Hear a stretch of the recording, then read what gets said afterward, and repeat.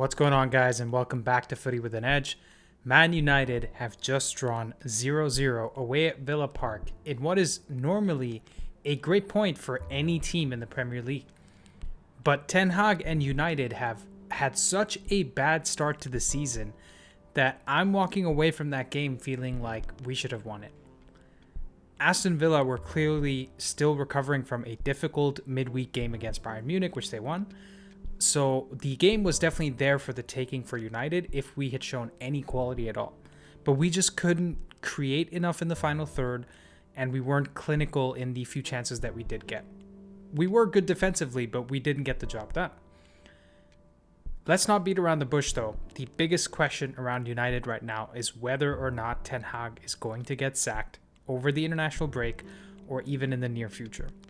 And while I personally have no idea what any of us are going to do, I can give my opinion on the topic and also talk about Ten Hag's single biggest problem at United. By far, the biggest issue that's been plaguing United for years, especially since Sir Alex retired, is something we're going to call the critical mass principle. In any team sport, you hear about the adage, you're only as good as your weakest link. This, of course, refers to the fact that every player on the team needs to carry their own weight, and the talent across the team shouldn't be extremely lopsided, right? Your weakest player shouldn't be that far away from your strongest player. Take the prime Liverpool side under Jurgen Klopp as an example. You obviously had world-class players like Salah, Mane, Van Dijk, Trent, and Alisson, and you had Henderson, Wijnaldum, and Joel Matip as their lesser players, so to speak. While none of these lesser guys were world beaters in their own positions, they did enough for the team in terms of work rate, discipline, and desire to give the team what it needed on any given day. So, even though Liverpool wasn't a team of 11 world-class players, the team as a whole was a very strong link. With United, the problem we've had for the last 12 years is that our talent has been very lopsided all across the pitch, which means the gap between our best and our worst players has been massive in any given season. And so our team has always been a very, very weak link overall, which has been obvious to anybody that watches United play. But our problems don't stop there.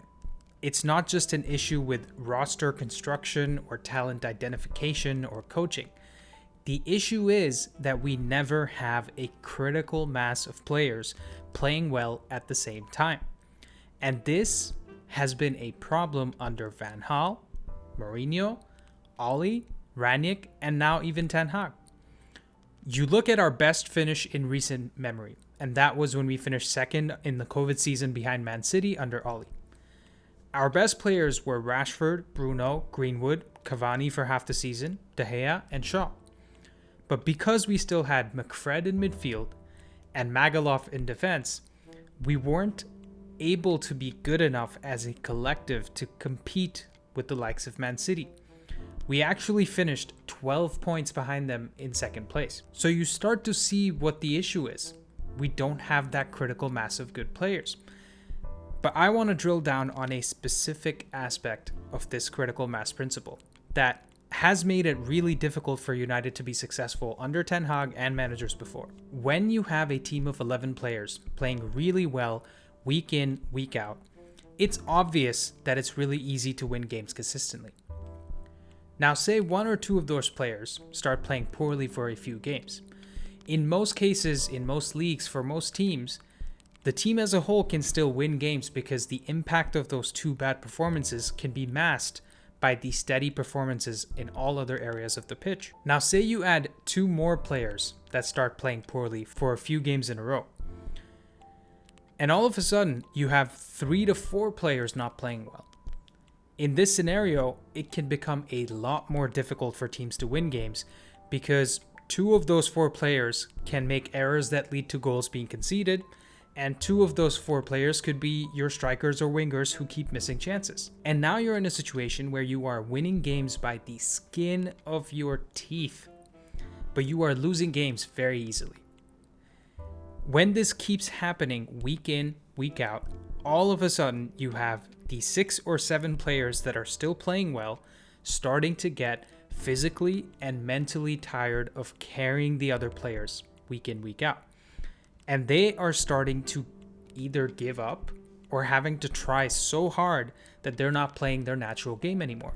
So of course, those 6 or 7 guys will start to lose confidence in the team, lose confidence in themselves, and lose confidence in the coaching staff. So if you see the whole picture here, what started out as 1 or 2 players playing poorly turns into 3 or 4 players playing poorly, and it turns into the whole team stinking up the joint. And eventually, the manager gets the sack. If this sounds very familiar to you guys as United fans, that's because it's exactly what's happening to Erik, Ten Hag, and Manchester United right now. It's exactly what happened to Ole towards the end. It's exactly what happened to Mourinho towards the end. And it's exactly what happened to Van Gaal at the end. Look at Diogo Dalot and Garnacho as prime examples of this. They were both our best players last year, often putting in 7 or 8s out of 10 each week, even when the rest of the team was performing at 4s and 5s. They somehow managed to keep up their performances for a whole season, while we had Onana, Bruno, Rashford, Casemiro, Maguire, Evans all shitting the bed. And now we go and spend 200 million in the summer to get 4 new players through the door. We get rid of some of the deadwood in our squad, but still, Dalot and Garnacho are expected to be our best players week in, week out. Of course, they're gonna run into issues at some point. They're going to get mentally and physically tired of consistently having to do that. So when you don't have a critical mass of players playing to their potential, Dalot can be prime Maldini at left back and Garnacho can be prime Giggs on the wing. It's not going to make a difference. In fact, the only thing that can happen given enough time is eventually Dalot is going to look like shit at left back and Garnacho is going to look like shit on the wing. And now you have all 11 players playing like shit. Look at the Champions League group stage last season. Before Onana made those mistakes and basically single-handedly lost us those games, I thought Bruno and Rashford had okay starts to the season. Don't get me wrong, we still lost 3 of our opening 5 games, but Rashford was coming off of the best season of his career, and Bruno Fernandes was the most creative player in the league the season before.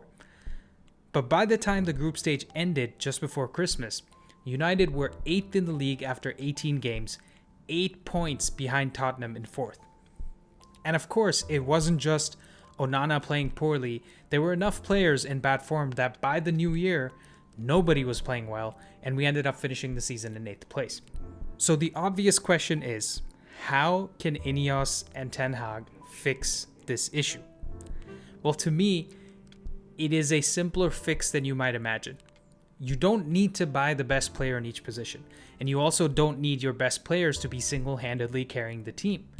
You just need 7 or 8 or 9 players out of our current squad playing above average each week so that we can start to potentially carry that 10th and 11th player on the team in some weeks. How do you think teams like Brighton, Villa, and Newcastle play better than us most weeks? It's not because they have a better squad.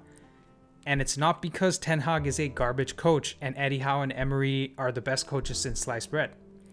Coaching definitely has a part to play, and I definitely agree that Emery and Howe are looking like better coaches than Ten Hag based on what they've done in the last 2 seasons. But the main reason we can't do what Villa and Newcastle can do is that we're stuck in this constant, never-ending cycle of too many subpar performances. We never seem to be able to go a full season where we have a critical mass of players playing well so that new signings can come in and just have some time to bed themselves in, to adjust to the league, to start playing well. Instead, we always go through full seasons where we're at a critical mass of players playing like shit, and new signings have to come in as our saviors in each position. Every season this happens. Just like Varane was supposed to be saving our defense, just like Sancho was supposed to solve our right wing problems, and just like Ronaldo was supposed to come back and win us the league. So hey, if Ineos can find a manager that can come in and get a critical mass of players to play well instantly, be my guest. Get rid of Ten Hag right now and let's move forward. I'm not married to this man. We have no ties personally between myself and Ten Hag or any of the fans and Ten Hag. We just care about the club being good. But the truth is, we can only get to that critical mass with time and stability in the club. Whether Ten Hag is afforded that time and stability, or whether he is even the right man to be given that time and stability, I guess only time will tell. Thank you guys for watching. Please drop a like and subscribe to the channel if you enjoyed, and I'll see you next time.